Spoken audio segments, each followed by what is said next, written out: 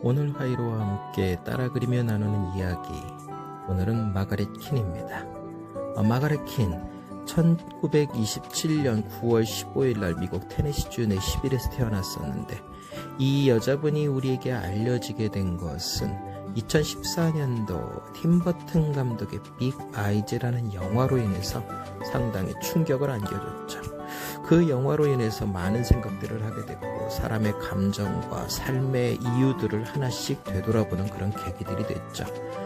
그 뒤로 마가렛 킨의 작품을 볼 때마다 늘 머릿속에 그려지는 두 명의 여인이 있었습니다. 첫 번째는 누구냐 하면 아르테미시아 젠틀리스키. 카라바조에게 그림을 받아서 사사받았던 최초의 여성 화가죠. 그 스승이 그림을 가르쳐준다 하면서 결국 성폭행으로 이어짐으로 인해서 그 충격에서 헤어나지 못했던 젠틀리스키. 그가 그렸던 홀로페르네스의 목을 자르는 유디트를 보게 되면, 그래서 그럴까요? 다른 유디트를 보게 되면은 대부분들 가녀린 여성으로 그리게 되는데, 젠틀리스키는 상당히 과격할 정도로 여장부의 모습으로 그렸어요. 그 마음의 강한 상처 때문일까요? 자, 그러한 모습으로 하나 둘씩 그려진 또 하나의 삶의 모습이 누구였냐면, 우리나라 조선시대의 최초의 여성 근대화가 나혜석 선생님이 계셨습니다.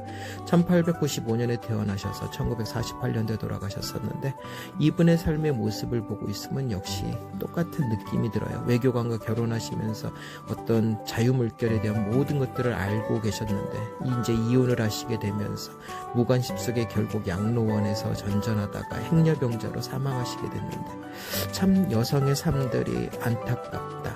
1921년도에 조선 최초의 유화 개인전까지 하셨는데, 그런 말로가 참 안타까운 것을 비추는데, 왜 도대체 여성 화가들한테 이런 일들이 많을까?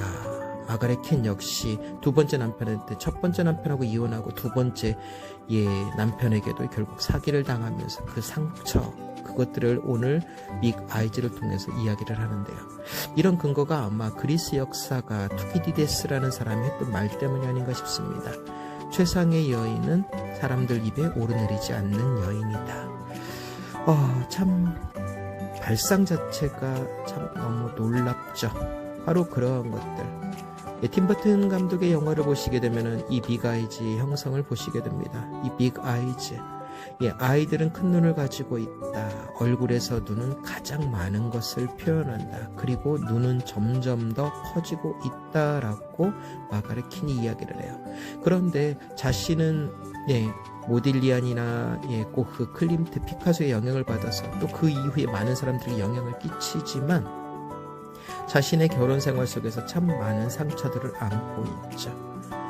두 번째 남편은 결국은 자신의 딸 수잔을 가지고 볼모를 삼고, 그로 인해서 그림을 자기 명의로 팔면서 끝까지 이용을 하죠. 이런 것들을 견디다 못했던 마가렛 킨.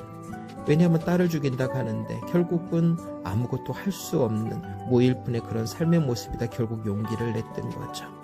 그래서 우리에게 알려졌던 이 빅 아이즈.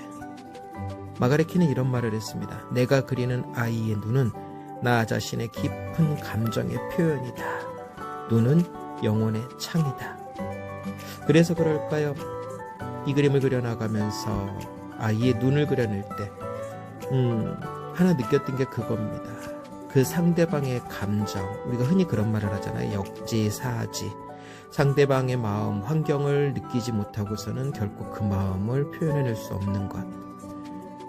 아픔을 아픔으로써 그려냈기에 최고의 작품이 될 수 있었던 거죠. 유명한 화가가 그려서가 아니라 정말 그 사람이 경험했고 직접 경험, 일명 간접 경험이 아니라 직접 경험 속에서 나온 수많은 작품들이 우리의 가슴을 흔들고 움직이는 이유가 바로 거기 있지 않나 싶습니다.